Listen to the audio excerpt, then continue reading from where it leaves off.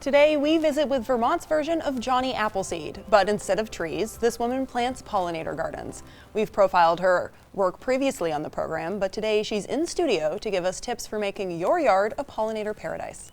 Good afternoon and welcome to Across the Fence. I'm Jolie Whitney. Today, April 22nd, is when we celebrate Earth Day. This day, dedicated to environmental protection, was first held in 1970, and this is no mere Hallmark holiday. It's estimated that over 1 billion people worldwide in over 141 countries will participate in Earth Day celebrations, making it one of the largest secular holidays of the year. Joining me to celebrate Earth Day is Julie Parker-Dickerson. She lives in Charlotte and in recent years has dedicated her time, money, and efforts, not to mention convincing others to do the same, to plant pollinator gardens in and around the town of Charlotte. Thank you for joining me today. And I think I said your last name wrong. It's Parker-Dickerson, is that right? Parker-Dickerson. Dickerson. Yeah. I'm so glad to ask then. Yes. Thank you so much for joining us today. Thank you for having me. Yeah. And you've been doing this for a while. You've planted 10 pollinator gardens in less than just a couple years. How did this all get started? Well, it was an act of hope. So you hear a lot of really negative environmental news. And one of the best ways to improve your environment, to improve the world, is to act locally. Because those are the places you know. Those are the things you can do something about. So I'm a runner, and I love to ride my bike. And I ride my bike around the neighborhood and run around the neighborhood and just see these places that get mowed, these roadside corners that I'd see caterpillars and it would just get mowed over. And I was like, I can do something about this. So I talked to my neighbors and I sort of rallied a bunch of people and asked local nurseries and said, hey, do you have any extra plants that I could just kind of throw in and see what happens?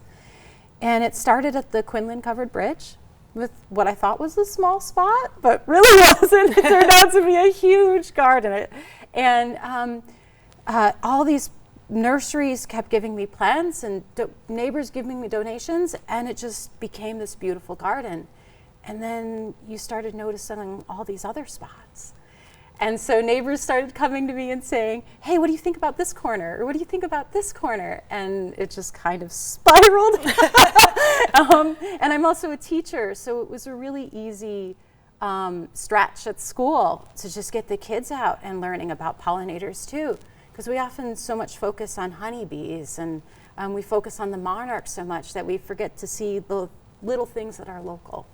And you actually, to kind of touch on that, you focus on, of course, butterflies and bees and birds, but how about bats or insects? Is this for all pollinators? Oh yeah, absolutely. So the way I think about plants is I think about plants as the foundation for the entire ecosystem.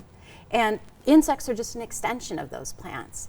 So when I'm researching what plants to put in the garden, I think about which plants are host plants. So we think about the monarch and the milkweed. There's all of these other plants that have those same connections. They connect to bees that are really specialized for certain types of pollen. And they also, butterflies and moths are direct connections to native plants. So what I'm looking for is more insects to help the whole ecosystem. So we know that a clutch of birds, let's say the chickadee, for instance, needs between 5,000 and 7,000 caterpillars just for one clutch. So I think, oh my gosh, do I even have 7,000 caterpillars in my yard? Where are they finding all these? So when I plant, I think about what they need.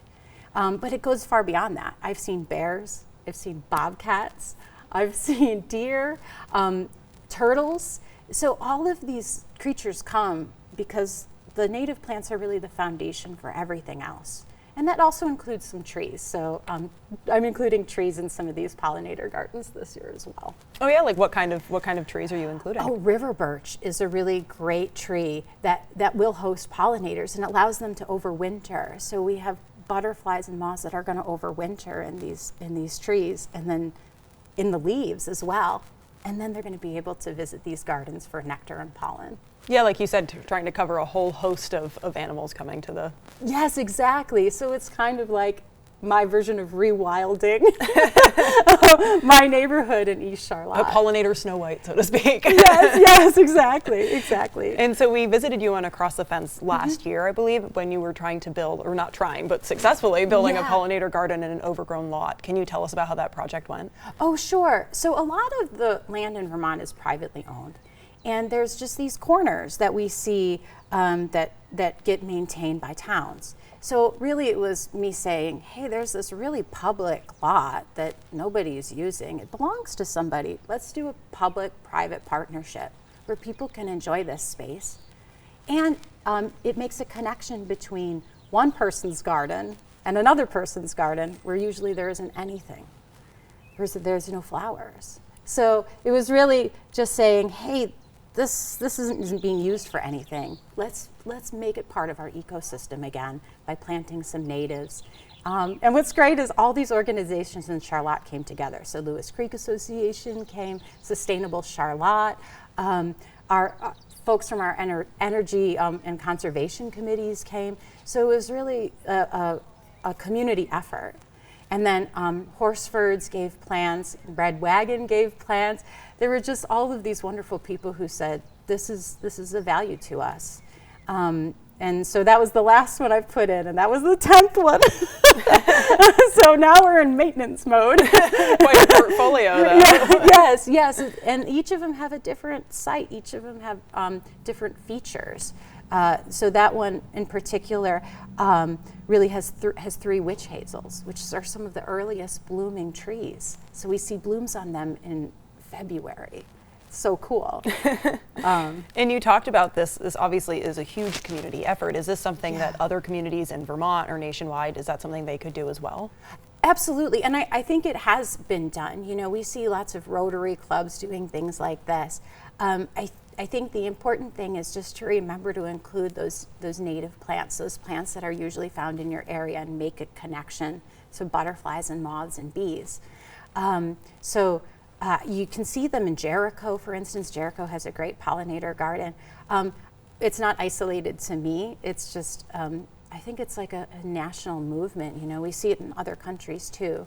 I call these projects part of the pollinator pathway. An organization started out of, I think it was Connecticut. The pollinator pathway, though, they have signs that basically say, we don't use pesticides, we use native plants, and this is a habitat. So tread lightly.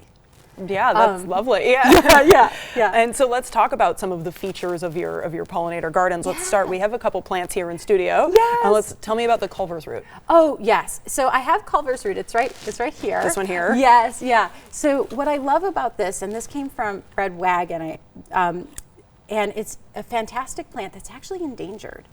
And I love solvable problems. This is like my favorite thing about gardening, is it solves the problem of our insect decline, of our pollinator decline. And this plant has a direct connection to the Culver's root borer moth, so we know that there's a moth that's connected to it.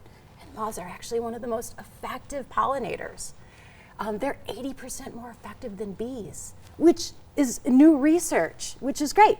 So Culver's root has these beautiful candelabras. They're white, and they come at sort of the end of the summer, and it's covered in bees. It's a favorite of mining bees and mason bees and bumblebees. It's just a really great plant, and it lasts for a long time. It needs a little staking sometimes, but it can handle wet conditions, dry conditions. It can handle the gambit. It's great. It's great overall. All right, yes. we also have a lupin, and we have obviously some in studio here, and fortunately there are some photos on your screen, of course, of them in bloom. It's a little early now, but tell me about the lupin and then also the lemon queen. Oh yes, okay, so the lupin is going to be one of the earlier plants in the season. You want to make sure that you're getting lupin that's native to the northeast of the United States, but it's like a super plant. What's so cool about it is it hosts something like 25 different butterflies and moths. And that alone is a reason to plant it. It's got really great tall flowers that bees often tuck themselves into. And it self-sows pretty quickly, so some people are not a huge fan, but know that it is one of those plants that's like a keystone plant in our region. So it's a really great one to put in the ground. And we have a bunch of photos of this one, and this is actually a personal favorite of mine. How about tell me about Bee Balm, this one here? Bee Balm's amazing. So again, thanks to Red Wagon. It's looking young, but of course it'll grow up big and strong, I'm sure. Yes, again, this is one of those super plants. So we've got a variety of bees that prefer the nectar on it, and we have a variety of butterflies and moths that really enjoy this plant as well. It has a lot of different varieties on it. If you go with the straight variety, though, you're starting to host butterflies and moths, which is awesome. So when you're looking at it, it is very young here. It can be about 3 feet tall, a nice sunny spot for it. And it does readily spread, so you can share it with your neighbors, which is great, because really the world needs more flowers. Yeah, how more local can you get than next door? Exactly. All right, now tell me about the Zizia. Is that this one here? Oh yeah, so Zizia is really cool, and I was introduced to this a few years ago. What I love about Zizia is it's got this umbral flower, so butterflies can sit right on top. If you've seen a black swallowtail butterfly, this is the host plant. The one for them. The one for them. And it's really early, so it starts, and it's going to start in May, maybe beginning of end of April, and it'll last for about a month. And it's got this bright yellow flower. It's just really, it's a short plant. It handles a lot of different conditions. And what I really love about this is that it is a favorite of mining bees. So when you think about mining, they live underground, like 70% of our native bees. And so that mining bee lives right under this plant and comes on up and takes pollen from the flowers. It's also great for ladybugs, so you'll see ladybugs all over this plant as well. And it sometimes blooms again in the fall. Great, you're bang for your buck. Yes, exactly. So before we wrap up, Charlotte's doing not only an Earth Day, but more of an Earth Month. Can you quickly tell us about some of the events going on? Oh, absolutely. So one of the efforts of the Earth Month is to make sure that we're being environmentally conscious, of course, and we couldn't keep it to one day. So Branch Out Burlington actually donated 20 native trees to give away at our townwide celebration.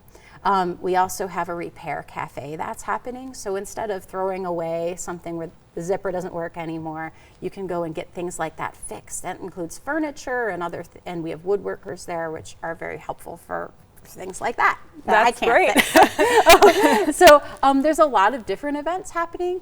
Some educational, like through the library about beavers and other their importance in the environment. So it's really it stretches the gambit of whether you want to help in a pollinator garden, if you're capable and you want to get your hands dirty, or if you just really want to be more informed. Absolutely. Unfortunately, we actually have a link on your screen here for a full list of events going on in Charlotte during the Earth Month this month. Mm-hmm. You can visit the website of the Charlotte Public Library, and that link is on your screen. And that takes care of Across the Fence for today. My thanks to everyone working behind the scenes here at WCAX to make this program possible. I'm Jolie Whitney. Have a good one.